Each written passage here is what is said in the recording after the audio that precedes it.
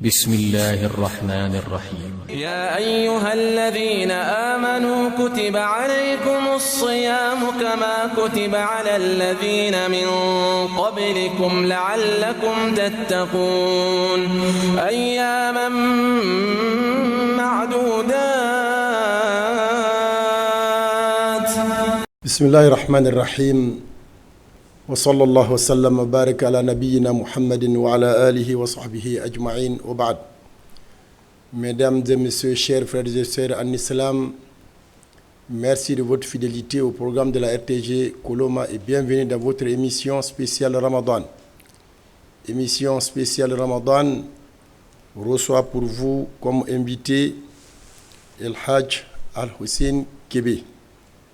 El Hajj Al-Hussein Kébé est un islamologue et conseiller juridique à la direction générale au patrimoine bâti public. Il est également imam dans une des mosquées de la place. Avec lui, nous allons parler cet après-midi concernant le mois saint de Ramadan, comment accueillir le mois saint de Ramadan. El Hajj Kébé, assalamu alaikum wa rahmatullahi wa barakatuh. Wa alaikum assalam wa rahmatullahi ta'ala wa barakatuh, Cheikh Doumbia. C'est un grand plaisir pour moi de vous recevoir sur ce plateau. Merci. Également pour parler du mois saint de Ramadan. Et comme vous le savez, il ne reste plus beaucoup maintenant. Le mois de Ramadan va être parmi nous, un mois de pénitence, un mois au cours duquel les fidèles musulmans vont s'abstenir de manger et de boire durant toute la journée. Aujourd'hui, comme vous le savez, le ministère en charge des affaires religieuses a bien voulu vous choisir parmi tant d'autres Guinéens de venir partager ce moment aussi solennel et important pour les fidèles musulmans qui nous suivent maintenant à travers le pays et à travers le monde. Parlez-nous en première question, c'est quoi le Ramadan, El Hajj Kébé? Alhamdulillahi Rabbil Alamin, Alhamdulillahi li khaliq al-mannan, allazi faddala al-ummata al-muhammadiyyata bi afdali shuhur, shahr Ramadan, faja'alahu junnatan min an-nar. Wassalatu wassalamu ala ashrafil rusul, Muhammad bin Abdullah, sahib al-akhlaq al-hasana, wa ala alihi wa sahbihi. Amma ba'd, je voudrais toujours adresser mes remerciements à vous qui me recevez sur ce plateau en tant que chroniqueur islamique et journaliste. Remercier aussi le ministère secrétariat général des affaires religieuses, à sa tête son excellence M. El Hajj Karamo Diawara, et aussi toute la RTG qui nous reçoit sur ce plateau. Et je voudrais, avant de parler de Ramadan, dire que cette année est exceptionnelle. En ce sens que le gouvernement a décidé de faire baisser les prix des denrées alimentaires, juste pour permettre à chaque musulman et chaque musulman de pouvoir accéder aux denrées alimentaires. Exactement. Donc ça, c'est une mesure salutaire qu'il faut remercier ici.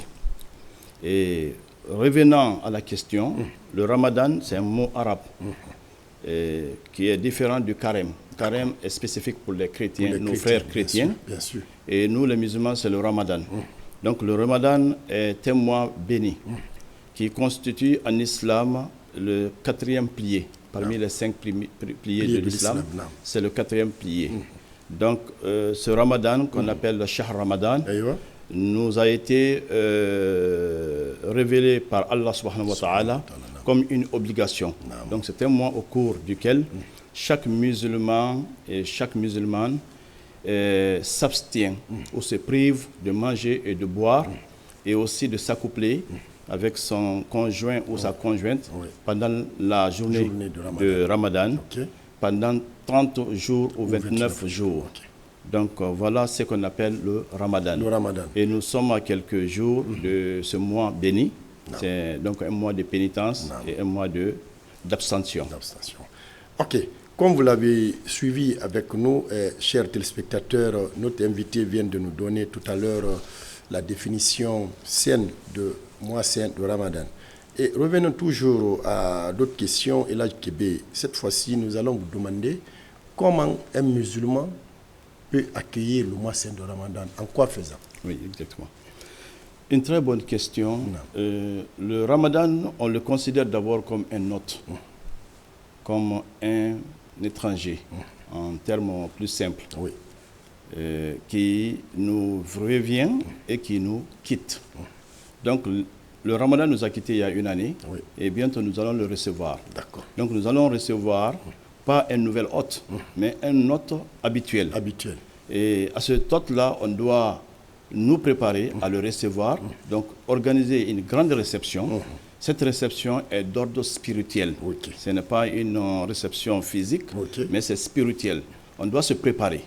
Pour se préparer, chaque personne se connaissant, nous devons essayer de travailler sur nous-mêmes, que chacun fasse sa propre évaluation, son propre diagnostic, pour se débarrasser de tout ce qui est mauvais comportement et adopter de bons comportements qui puissent lui permettre de bien jeûner le Saint Ramadan qui s'annonce très bientôt. Donc pour ça, et ça peut être d'ordre spirituel, ça peut être d'ordre sanitaire, ça peut être d'ordre économique. D'ordre spirituel, c'est le fait de pouvoir prier à l'heure, c'est-à-dire que essayer de s'habituer à prier aux heures habituelles et aux heures réglementées. Et ensuite, essayer de faire beaucoup de zikr. Tout le temps avoir du chapelet pour faire beaucoup de zikr et s'abstenir de tout ce qui peut franchement lui constituer du péché, comme par exemple diffamer, des propos qui ne sont pas d'un bon musulman, donc il s'abstient de ça, ou bien des injures. Tout cela, c'est sur le plan spirituel. Et sur le plan sanitaire, ou sur le plan physique, c'est de pouvoir se soigner avant le Ramadan.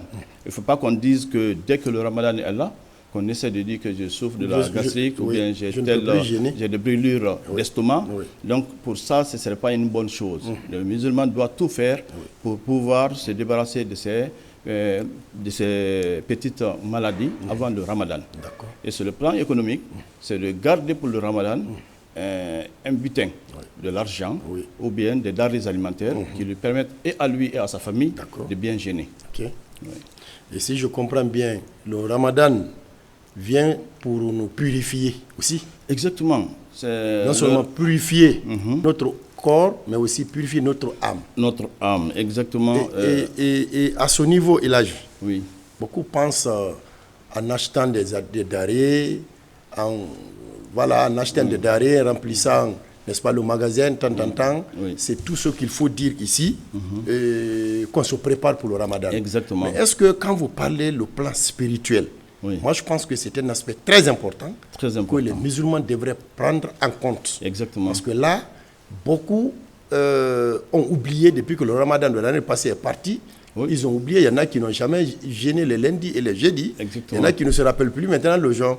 Mais pour eux, c'est une... en tout cas, c'est une autre punition, une autre charge encore qui va s'abattre sur eux. Est-ce que vous avez quelques directives à dicter à ces gens-là pour qu'ils puissent revenir à la normale? Et d'ailleurs, pour cela, il faut qu'on rappelle un peu le verset coranique dans Surat al-Baqarah. C'est le verset 183. Qui, où Allah subhanahu wa ta'ala dit Bismillahirrahmanirrahim. Ya ayyuhallazina amanu kutiba alaykum as-siyam kama kutiba ala allazina min qablikum la'allakum tattaqun. Il dit le Ramadan est devenu pour vous une obligation. Et il a été aussi pour ceux qui étaient avant vous. Les peuples qui étaient là avant vous. Et Dieu vous a rendu obligatoire le jeûne du Ramadan pour que vous ayez crainte d'Allah. Tout à fait. Donc si l'on regarde, le motif principal du jeûne du Ramadan, c'est cette purification de l'âme. C'est cette crainte d'Allah subhanahu wa ta'ala. Et celui qui craint Allah est celui qui accomplit les bonnes actions et qui s'abstient de tout ce qui est mauvais. Hein? At-taqwa yani huwa al-imtithal ou imtithal awamir Allah subhanahu wa ta'ala wa ijtinab nawahi. Donc si quelqu'un ne peut pas s'abstenir de ce qui est interdit et il n'accomplit pas ce qui lui est obligatoire, les actes d'adoration, alors ce n'est pas quelqu'un qui craint Allah. Ça c'est le motif principal que l'on recherche du jeûne. Et c'est ce qu'il faut. Tout musulman doit faire en sorte qu'il craigne Allah ou que sa crainte d'Allah augmente davantage pendant le Ramadan. Et il ne faut pas se dire seulement quand le Ramadan vient, c'est un acte physique seulement, ou bien que vous accompagnez les gens parce que vous voyez que tout le monde s'abstient de manger et de boire. Non. Il faut plutôt essayer de s'éduquer soi-même, de faire en sorte que si on avait l'année dernière des comportements qui n'étaient pas du tout dignes d'un bon musulman, qu'on essaie de s'en débarrasser. Et que si l'année dernière on n'a pas pu lire le Saint-Coran 1 ou 2 ou 3 fois, que cette année on décide de lire autant de fois. Compris. Donc ça, le Ramadan, c'est une occasion pour chaque musulman de pouvoir lire beaucoup de fois le Saint-Coran, de faire de l'aumône, parce que les gens oublient cet aspect-là. De faire l'aumône. Donc donner plus de sacrifices, y compris l'aumône obligatoire. C'est l'imam Malik radiallahu anhu, il a dit qu'à leur temps, le as-salf salih, les grandes personnes de l'islam, essayaient de faire quoi? C'est-à-dire qu'ils se préparaient pour le jeûne de Ramadan en faisant beaucoup d'aumônes pour leurs frères et leurs sœurs, afin que ceux-ci soient capables de jeûner eux aussi. Et ensuite, ils laissent tout pour s'adonner à la lecture du Saint-Coran. Donc, ils en font comme une sorte de compétition. Chaque personne essaye de lire autant de fois le Saint-Coran. Donc, c'est une question d'organisation. Exactement. Donc, ça veut dire qu'il faut organiser tous les actes que nous allons poser durant ce mois saint de Ramadan. Exactement. En ce qui concerne la lecture du Saint-Coran, en ce qui concerne le sacrifice qu'on doit donner aux personnes déshéritées ou démunies. Exactement. En ce qui concerne également le nombre comment on appelle, des zikr que nous allons faire. Et l'aumône aussi, parce qu'il y en a qui pensent que c'est seulement pendant le mois de Muharram qu'il faut donner l'aumône. Mais je crois ici que ce qu'on donne pendant le Ramadan est beaucoup plus important que ce qu'on donne en dehors du Ramadan. Exactement. Parce qu'il y a des personnes nécessiteuses surtout qui s'augmentent pendant le Ramadan. Exactement. Et on a rapporté du prophète Mohammed sallallahu alayhi wa sallam que كان رسول الله صلى الله عليه وسلم أجود الناس بالخير وكان أجود منه في شهر رمضان. Allah Akbar. Donc le prophète sallallahu alayhi wa sallam était une personne généreuse. Il était très généreux. Mais il était encore plus généreux lorsque le Ramadan arrive. Quand il s'agit du Ramadan, tout ce qu'il a comme d'arrêt en sa demeure, il sortait pour donner aux musulmans nécessités. Donc le prophète, comme il l'a si bien dit, ou bien le prophète sallallahu alayhi wa sallam, comme on aime le dire, il a dit Bu'istu li utamima makarim al-akhlaq. Donc nous devons essayer de limiter dans ses actes, faire comme il a fait. Comme il l'a fait dans ses actes. Donc si le prophète est généreux ou il était généreux, nous devons l'être autant que nous le pourrons, conformément à nos possibles financiers, nos capacités financières. Donc le prophète était comme ça. Ce qui veut dire que tout musulman qui en tout cas détient une capacité financière doit faire en sorte qu'il essaye de donner autant de possibilités à d'autres musulmans de gêner. Si cela doit l'être sur le plan, c'est-à-dire par l'argent ou par denrées alimentaires ou par autre subvention, qu'il le fasse et c'est le moment opportun. Donc si je comprends, les actes qu'on pose en donnant, n'est-ce pas, des denrées, en faisant des sadaqat, en faisant des cadeaux avant le Ramadan, pendant le Ramadan, ce qu'on donne, ça veut dire que ça se multiplie. Ça se multiplie. Les avantages se multiplient, ce Dieu. Exactement. Donc cela veut dire que c'est à partir du mois de Ramadan qu'il faut beaucoup donner. Exactement. Et là, votre enseignement nous met à l'aise à ce niveau. Je crois que ceux qui nous regardent maintenant là vont profiter durant ce mois saint de Ramadan pour donner beaucoup plus de visibilité aux dons qu'ils vont faire aux ayants droit et aux fidèles musulmans. Et parlons du comportement des musulmans. Je crois, pendant le mois de Ramadan, on assiste à nos sœurs, à nos filles qui s'habillent correctement. Elles s'habillent correctement pendant le Ramadan. Ils ont des flards, le corps n'est plus maintenant exposé. Est-ce que vous pouvez donner, n'est-ce pas, un conseil, s'il faut, en tout cas un enseignement, que ces filles, nos sœurs, peuvent vraiment tirer avant, pendant et après le Ramadan? Exactement, c'est un fait aujourd'hui qui est constatable en Guinée. Chaque fois que le Ramadan arrive, nos sœurs, nos filles s'habillent correctement. Et quand on dit s'habiller correctement, c'est-à-dire qu'elles portent le hijab et elles sont en grand boubou et elles sont vraiment agréables et inoffensables aussi parce que c'est une protection pour elles. Quand une femme s'habille correctement, on ne peut pas l'offenser comme ça, comme celles qui s'habillent de façon extravagante. Exactement.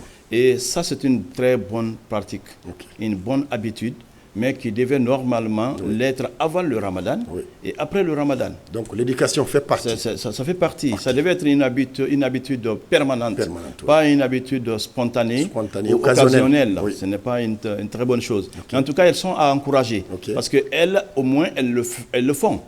Elles le font pendant le Ramadan, contrairement à d'autres qui s'en fichent.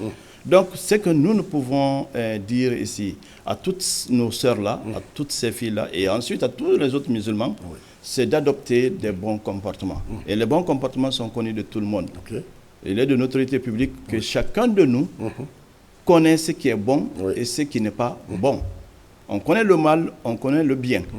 Donc, ce qui est bien en islam, c'est, comme on l'a si bien dit, pendant le Ramadan, c'est de s'abstenir d'offenser les gens par des paroles qui sont vraiment... Des propos déplacés ou inappropriés et désobligeantes. Et aussi de provoquer les gens par des actes, soit en se jetant sur ces personnes-là, ou bien en les calomniant. Il faut qu'on s'abstienne de tout cela.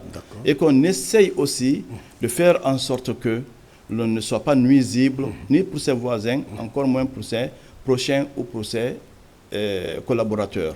Donc le musulman doit être exemplaire pendant le Ramadan. Et il doit faire en sorte qu'il soit utile plutôt. Et les bons actes qu'il a l'habitude d'accomplir, il doit essayer d'en faire plus pendant ce mois de Ramadan. S'il a l'habitude de donner des aumônes, comme on l'a si bien dit, qu'il en fasse encore aucun type. Et s'il a aussi l'habitude de faire des prières, qu'il essaye d'augmenter davantage, surtout les prières nocturnes. C'est le moment de faire les prières nocturnes pendant ce mois de Ramadan. Donc franchement, la bonne façon de réussir son Ramadan, c'est de se comporter correctement comme le veut le prophète Mohammed sallallahu alayhi wa sallam. C'est le comportement qui nous intéresse, que le prophète Mohammed sallallahu alayhi wa sallam, il nous dit « Sallu kama ra'aytumuni usalli » Priez comme vous l'avez appris avec moi. « Khudhu minni manasikakum » Prenez à moi votre façon de faire en pratiquant l'islam. Ok. Elhadji Kébé, vous nous parlez tout à l'heure du comportement, mais je vous ramène un peu au niveau des commerçants. Comme à l'entame de cette émission, vous avez rendu hommage aux autorités, avec à sa tête son Excellence, Monsieur le Président de la République, le général Mamadi Doumbia, qui n'a ménagé aucun effort pour, en tout cas, parler à ses ministres de se retrouver, d'essayer de faire en sorte que cette année ne soit pas comme toute autre année. Donc, nous avons suivi, en tout cas, il y a des listes qu'on a regardées sur lesquelles il est mentionné les prix, en tout cas, qui peut être convenable à tous les Guinéens, pas seulement des musulmans, mais aussi tous les Guinéens. Et occasion a été offerte ici pour le mois saint de Ramadan. Mais il se trouve qu'il y a des commerçants, c'est-à-dire qu'il y a des grossistes et les détaillants qui, en tout cas, qui font des petits malins. Ils ont d'autres façons de faire les choses. Oui, à leur niveau là-bas, nous, on ne connaît pas parce qu'on n'est pas commerçant, Oui. mais on assiste à des moments. Exactement. Quel conseil pouvez-vous donner à ces gens-là de ne pas désobéir les règles édictées par les autorités guinéennes? Exactement. Comme vous venez tout à l'heure de le dire, aujourd'hui en Guinée, le gouvernement, à travers le ministère du Commerce, est en train d'œuvrer beaucoup. D'œuvrer beaucoup pour moraliser cette activité commerciale. Nous l'avons vu, le combat qui a été mené contre les faux médicaments et aussi les produits périmés, les produits qui ne sont plus propres à la consommation. Et en cette période de Ramadan, d'ailleurs, il y a des commerçants, comme vous l'avez si bien dit, qui gardent par devers eux des produits dont la date de péremption est arrivée à expiration il y a longtemps, qui ne sont plus propres à la consommation et qui essayent de falsifier les étiquettes pour les revendre encore parce qu'ils se disent qu'il y a plus de consommateurs en cette période de Ramadan qu'avant. Ça, c'est une pratique qui en fait entrer quelqu'un rapidement en l'enfer. Et c'est des péchés qui seront très difficilement corrigibles. Très difficilement corrigibles ou pardonnables. Parce que si on nuit à la santé publique, franchement, ça c'est autre chose. Ce n'est pas une très bonne chose du tout. Donc le gouvernement est en train de faire ça là. Et c'est une œuvre que chacun de nous doit saluer. Beaucoup, parce que c'est une grande avancée. Et ceux-là doivent penser un peu à ce que le prophète Mohammed sallallahu alayhi wa sallam a dit dans son hadith. Il dit « Iza dakhala Ramadan, futtihati abwabul jannati, wa ghulliqati abwabu jahannam, wa suffidati ash-shayatin, ou bien wa sulsilati ash-shayatin ». Il dit lorsque le mois de Ramadan arrive, Dieu ouvre toutes les portes du paradis. Les 8 portes. Les 8 portes du paradis sont ouvertes. Et aucune porte ne serait fermée. Et il ferme aussi toutes les portes de l'enfer ou de Jahannam ou de la fournaise. Les 7 portes. Les 7 portes aussi seront hermétiquement fermées. Et les démons, les satans et les djinns, tous ceux qui tournent autour, qui sont autour, qui nous font souvent égarer, seront aussi ligotés et enchaînés. Ce qui veut dire que toute autre personne, si un musulman se permet ou s'apprête à accomplir un acte interdit par l'islam, c'est que lui-même il est démon. C'est un démon. C'est clair. Parce que si c'est les démons qui avaient l'habitude de l'égarer, ces démons sont en chaîne. Ils ne sont plus en mouvement, ils ne sont plus en activité. Donc il faut vraiment qu'on s'abstienne de faire du mal pendant le Ramadan. Surtout les commerçants, ils doivent faire en sorte que eux-mêmes puissent obtenir leur paradis dans leur activité commerciale. Ils doivent être généreux. Ils doivent être très généreux. Exactement. Un commerçant qui se débarrasse de 30% de ses marchandises pour donner gratuitement aux musulmans qui veulent gêner est en train de préparer son paradis en étant ici. Et Allah subhanahu wa ta'ala nous a dit dans le Saint-Coran, Bismillahirrahmanirrahim, wabtaghi fima ataka Allah ad-dar al-akhirah wa la tansa nasibaka min ad-dunya wa ahsin kama ahsana Allahu ilayk. Ça, c'est un verset coranique qui nous guide pour toute la vie. Allah subhanahu wa ta'ala nous dit, cherche dans ce qu'Allah t'a donné comme fortune, que ce qu'Allah t'a donné comme pouvoir financier, ce que Allah t'a donné comme pouvoir ou bien force, ou bien la santé, cherche dans ça l'au-delà aussi. Et n'oublie pas de penser à toi-même et à tes enfants, parce que tu n'as pas besoin de te débarrasser de tout ton héritage. Et il faut être généreux envers les gens, tel que Dieu l'a été envers toi. Donc ça veut dire que ces commerçants auxquels Allah subhanahu wa ta'ala a donné les moyens financiers, ceux-là doivent faire tout pour pouvoir chercher l'au-delà à partir de cette vie-là. Parce que quand on meurt, on ne peut plus revenir. Et on ne peut plus aussi avoir des bénédictions. Les bonnes actions, c'est quand on est encore en vie. Mais quand on meurt, c'est fini. Donc il faudrait que les commerçants, nos frères commerçants, ils ont l'habitude de le faire. L'année dernière, l'année surpassée, c'est vrai. Mais cette année, on voudrait aussi qu'ils le fassent beaucoup plus. Parce que le gouvernement, l'État a préparé les conditions pour cela. L'État a pris sa responsabilité par rapport à tout ça. Tout à fait. Je crois qu'il y aura des mesures d'accompagnement par rapport à toutes ces décisions. En tout cas, Elhadji Kébé, on tend vers la fin de cette émission et presque notre temps d'antenne est fini. Nous vous demandons de bien vouloir faire des prières et bénédictions afin que voilà, ceux qui ne veulent pas gêner là puissent accepter, en tout cas, de recevoir le mois saint de Ramadan. Inch'Allah, Inch'Allah. Merci beaucoup. Nous demandons à Allah subhanahu wa ta'ala d'accorder la bonne santé à ceux qui n'en ont pas. Et de donner la foi à ceux qui n'en ont pas. Et de donner aussi les moyens de subsistance à ceux qui n'en ont pas. Et qu'Allah subhanahu wa ta'ala garantisse la paix dans laquelle les Guinéens vivent aujourd'hui. Parce que sans paix, rien n'est possible. Rien n'est possible. On parle de carême, on parle de Ramadan. C'est quand il y a la paix. Exactement. Donc pour cela, nous demandons à Allah qu'il accorde plus de santé à toutes nos autorités et à tous les musulmans et à nos frères chrétiens aussi qui sont avec nous et qu'Allah bénisse toute la Guinée.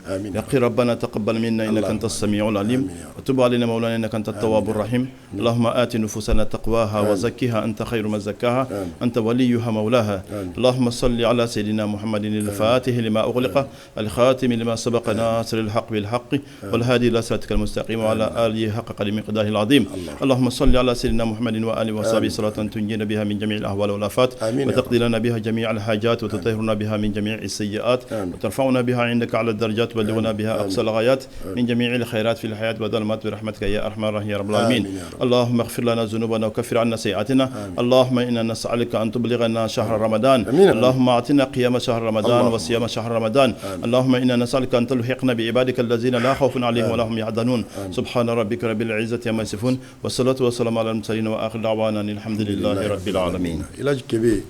Merci d'avoir répondu à toutes nos questions. Merci beaucoup. Et je serai là avec vous peut-être dans d'autres émissions, Inch'Allah, avant la fin du mois de Ramadan. Merci beaucoup. Mesdames et messieurs, chers frères et sœurs en islam, vous qui nous pratiquez à travers le monde et à travers tout le pays, voici au terme de cette émission spéciale à Ramadan.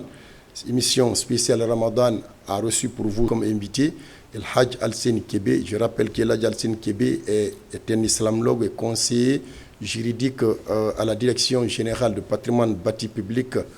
Il est également imam de son État dans une des mosquées de la place. Avec lui, nous allons parler non seulement de la définition de Ramadan, mais aussi comment accueillir le mois saint de Ramadan. Je crois que vous avez profité dans cette émission avec un intérêt particulier. Nous pensons vous retrouver dans d'autres émissions, Inch'Allah, durant tout le long du mois de Ramadan.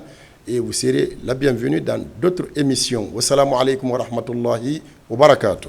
بسم الله الرحمن الرحيم يا أيها الذين آمنوا كتب عليكم الصيام كما كتب على الذين من قبلكم لعلكم تتقون أياما معدودات